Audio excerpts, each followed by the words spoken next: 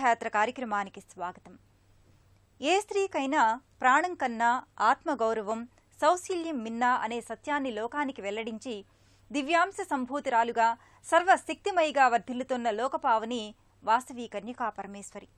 కారణజన్మురాలిగా ఆర్యవయస్సుల ఆరాధనీయ మూర్తిగా కన్యక తన మహిమా విశేషాల్ని లోకానికి వెల్లడించింది.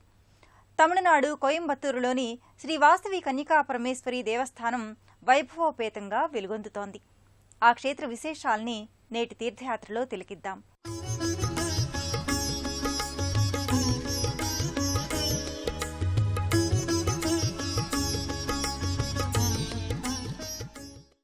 ఓం కుసుమపుత్రీ చ విద్మహే కన్యాకుమారి ధీమహి తన్నో వాసవి ప్రచోదయాత్ అనే వాసవి గాయత్రి మంత్రోచ్చారణతో సకల శుభాలను అనుగ్రహించే మాత శ్రీ వాసవి కన్యకా పరమేశ్వరీదేవి. ఆ వాసవాంబ తమిళనేల కోయంబత్తూరు క్షేత్రాన ఈ ఆలయంలో బంగారు తల్లిగా 95 సంవత్సరాలుగా కొలువై ఉన్నది. వాసవాంబ అనే బాలకన్యామణి కన్యకా పరమేశ్వరిగా వైశ్యుల కులదేవతగా అవతరించడానికి ఓ పురాణగాథ నేపథ్యంగా ఉంది. 10వ-11వ శతాబ్దంలో ఆర్యవైశ్యుల కాశీగా భావించే పెనుగొండ రాజ్యాన్ని కుసుమశ్రేష్ఠి అనే రాజు పరిపాలించేవాడు. ఆయన సతీమణి కుసుమాంబకి సంతానం కోసం యజ్ఞయాగాది క్రతువులు ఆచరించగా 2 కవలలు జన్మించారట. పూర్వపు జన్మలో కుసుమశ్రేష్ఠికి ఇచ్చిన వరం కారణంగా విష్ణుమాయాదేవి కుసుమాంబ కుసుమశ్రేష్ఠిలకి కుమార్తెగా జన్మించిందట. బాలునికి విరూపాక్షుడని, బాలికకు వాసవి కన్యక అని నామకరణం చేశారట. చిత్రకంఠుడు అనే గంధర్వుడు భూమిపై విష్ణువర్ధనుడిగా జన్మించాడు. అతడే వేంగి రాజ్యాన్ని ఏలిన 7వ విష్ణువర్ధన మహారాజు. ఆ రాజు ఓ రోజు వాసవి కన్యకను చూసి ఆమె అందానికి మైమరచిపోయి తాను వాసవి కన్యకను వివాహమాడతానని, అంగీకరించకపోతే బలవంతంగానైనా ఆమెను వివాహమాడతానని హెచ్చరించాడట.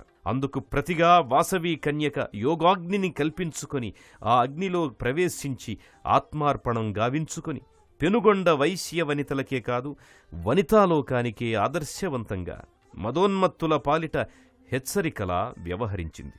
దేవతా స్వరూపిణి అయి సకల జనుల పూజలందుకుంటోంది. ఆ పెనుగొండ కన్యకా పరమేశ్వరియే ఈ విశ్వమంతటా వివిధ క్షేత్రాలలో ప్రతిష్ఠితయై పూజలందుకుంటోంది. అంతటి కన్యకా పరమేశ్వరికి తమిళనాడు రాష్ట్ర కోయంబత్తూరు మహానగర వాణిజ్య వర్గాలు తమ కులదేవతగా అందరి ఇలవేల్పుగా చక్కని ఆలయాన్ని నిర్మించారు. కోయంబత్తూరు మహానగరంలో ఈ కన్యకా పరమేశ్వరి ఆలయానికి వచ్చే యాత్రికులను 3 కలశాలున్న ప్రవేశద్వారం సాదరంగా ఆహ్వానిస్తుంది. ఆ ద్వారానికి ఇరువైపులా శక్తిమాత వాహనమైన సింహప్రతిమలు కూడా రాజసం ఉట్టిపడేలా ఉంటాయి. రాజగోపురం, విమానగోపురాలు బహుశిల్పమయమై ఉంటాయి. ఆ గోపురాదులపై పలు బ్రహ్మ, విష్ణువులు, వృషభారూఢులైన శివపార్వతులు, భారావాహులు, పరిచారికలు తదితర దేవతా స్వరూపాలు శిల్పితమై ఉంటాయి. ఎక్కడెక్కడి నుంచో తీర్థయాత్రికులై వచ్చేవారు ఓం శ్రీ వాసవాంబై నమః అని భక్తిపూరితంగా స్మరించుకుంటూ ఈ ఆలయ ప్రవేశం చేస్తారు. లోపలికి అడుగిడిన భక్తులకు విశాలమైన ఆవరణం కనిపిస్తుంది. ఆ ఆవరణం పలు ఆలయాల ఏకలోగిలిలా భాసిల్లుతుంటుంది. మధ్యలో కలశం ఆకారంలో నిర్మించిన గర్భాలయం ఈ బంగారు తల్లి కన్యకకు చక్కని నిలవుగా మరింది. ఓ పద్మపీఠంపై ఎర్రని పట్టుచీరగట్టిన ఆ వాసవాంబ అభయవరద హస్తాలతో స్థానక భంగిమలో కానవస్తుంది. నిండారా కాసుల పేర్లు, ఎదపై మంగళసూత్రాలతో మంగళప్రదమైన దర్శనాన్ననుగ్రహిస్తోంది తల్లి. ఆ తల్లి పాదభాగాన తమిళకొప్పు అలంకారంలో ఓ అర్చామూర్తి కూడా పూమాలలు ధరించి దర్శనమిస్తోంది. ఆ కన్యకా పరమేశ్వరికి సకలవిధ షోడశోపచారాలను నిర్వర్తించి కన్యకామాత ఆశీస్సులను భక్తులు పొందుతారు. ఆ తల్లికి మహాహారతి, నక్షత్ర కుంభహారతులనిస్తోంటే ఆ కర్పూర కలికాజ్వాలలు వెదజల్లే కాంతిపుంజాల వెలుగుల్లో కన్యకామాత మెరసిపోతూ కనిపిస్తుంది. కనకపు మెరుపులతో మెరసే కన్యకకు కనకపు తేరు ఊరేగింపుకి భక్తులు 25 కిలోల బంగారంతో తయారు చేసి సిద్ధం చేసిన బంగారు రథం కూడా ఈ లోగిలిలోనే భద్రపరచబడి ఉంది. అఖిలాండ కోటి బ్రహ్మాండ నాయికగా తన పాదరేణువులో ఆ సకల సృష్టి రాజరాజేశ్వరీదేవి పరిపాలిస్తుందని దేవి భాగవతం చెబుతోంది. శ్రీపీఠాన్ని సింహాసనంగా చేసుకుని సమస్త లోకాల్ని అమ్మ పరిపాలిస్తుంది.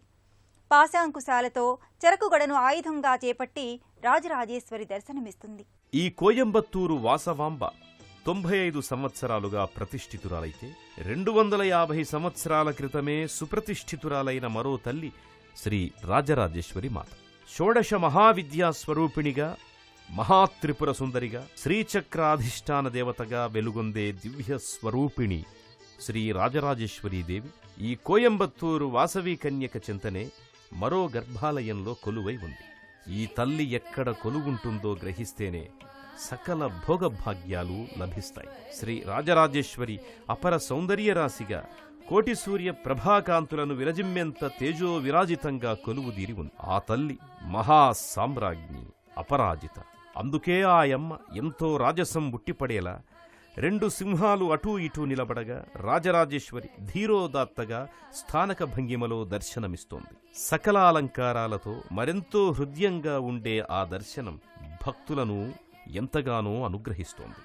కన్యకా పరమేశ్వరితో పాటు ఈ తల్లికి కూడా ప్రతి శుభోదయాన పూజలతో ఈ ఆలయ కార్యక్రమాలు ఆరంభమవుతాయి. సర్వాలంకార భూషితను చేసి నానావిధ అర్చనలు చేస్తారు. ఆకుపచ్చని పట్టుచీర ధరించి నిలబడ్డ మూలవిరాట్టుకి కింద భాగాన ఎర్రని చీరలో అలంకృతమైన అర్చామూర్తి కూడా ఉంటుంది. చెరకుగడను ఇక్షుదండంగా ధరించి ఉంది మాత. ఆ తల్లికి కుడివైపున ఒక పీఠంపై పానవట్ట సహిత మరకత శివలింగం ఓ అపురూప దర్శనాన్ని అనుగ్రహిస్తోంది. వాసవి కన్యకను చూడవచ్చిన వారికి ఆ తల్లి మూలాంశే అయిన పార్వతీసుతుడు గణపతి ప్రథమ పూజ్య దేవునిగా, వినాయక సోదరుడు సుబ్రహ్మణ్యుడు వల్లీ దేవసేన సమేతంగా కానవస్తారు. కోయంబత్తూరు క్షేత్ర కన్యక కోవెల తన మూలాంశ అయిన పార్వతీ తనయులిరువురికి ఉపాలయాల నిలవయ్యింది. ఏ కార్యం తలపెట్టినా, ఏ పని ప్రారంభించినా, ఏ దేవుని పూజ చెయ్యనించినా ముందుగా చేసేది గణపతి పూజనే. కోయంబత్తూరు కన్యక మందిరంలో ఉన్న వినాయకుడికి స్వర్ణవర్ణంతో మెరిసిపోయే బంగారు పూత కవచం నిలువెల్లా అలంకరించబడి ఉంటుంది. వరసిద్ధి వినాయకుడిగా ఈ కన్యక క్షేత్ర వినాయకుడు ప్రకటితమయ్యాడు. ఈ ఉపాలయ విఘ్నేశ్వరుని పాదభాగాన మరో వినాయక అర్చామూర్తిని కూడా ప్రతిష్ఠించి సకలోపచారాలు చేస్తారు. గజాననుని వాహనమైన మూషికం కూడా తన స్వామితో పాటు గరిక పూజలందుకుంటోంది. ఈ ఉపాలయం దాపుననే వల్లీ దేవసేన సహితంగా కుమారస్వామి దండాయుధపాణి అయి ఉన్నాడు. ఈ ఉపాలయంలో సుబ్రహ్మణ్య స్వామి శ్రీ వల్లీ దేవసేన సమేతంగా కొలువుదీరి భక్తులను అనుగ్రహిస్తున్నాడు. వెండి కవచాలంకృతులైన ఈ మువ్వురు పూలమాలలు నిండారా ధరించి చక్కటి దర్శనాన్నిస్తున్నారు. కుమారస్వామి వాహనమైన మయూరం కూడా తన స్వామికి ఎదురుగా ఉండి భక్తులు చేసే పూజాధికాలను పర్యవేక్షిస్తూ ఉంటుంది. సత్సంతాన ప్రాప్తికి, ఆరోగ్య సిద్ధికి, గ్రహదోషాల నివారణకు, మానసిక ఒత్తిడిని దూరం చేసుకోవడానికి భక్తులు ఈ ఉపాలయ సుబ్రహ్మణ్యుణ్ణి దర్శించుకుంటారు. కోయంబత్తూరు వాసవి కన్యక దేవాలయం సమస్త దేవతా నిలయం. సీతా లక్ష్మణ హనుమల సమేతంగా రాములవారు, రాధా సహిత మురళీకృష్ణులు ఇదే ఆలయంలో ఉపాలయ దేవుళ్లుగా కొలువున్నారు. వాసవాంబ గర్భాలయానికి కుడివైపున ఉన్న మరో ఉపాలయంలో సీతాలక్ష్మణ హనుమల సహితంగా శ్రీరామచంద్రుడు స్థానక భంగిమలో ఉన్నాడు. ధనుర్బాణాలు ధరించిన ఆ లోకోత్తమ కోదండపాణి విగ్రహ రూపం జగదేక సుందరంగా ఉంది. ఒక్క రామబాణంతో సకల విజయాలు సిద్ధింపజేసే పరాక్రమవంతుడు స్వామి. ధనుర్బాణాలతో అభయహస్తులైన శ్రీ సీతారామలక్ష్మణులు స్థానక భంగిమలో, వారి సేవలో ఆంజనేయుడు నానావిధ అలంకారాలతో, పట్టు పీతాంబరాలతో భక్తులను అనుగ్రహిస్తూ కనబడతాడు.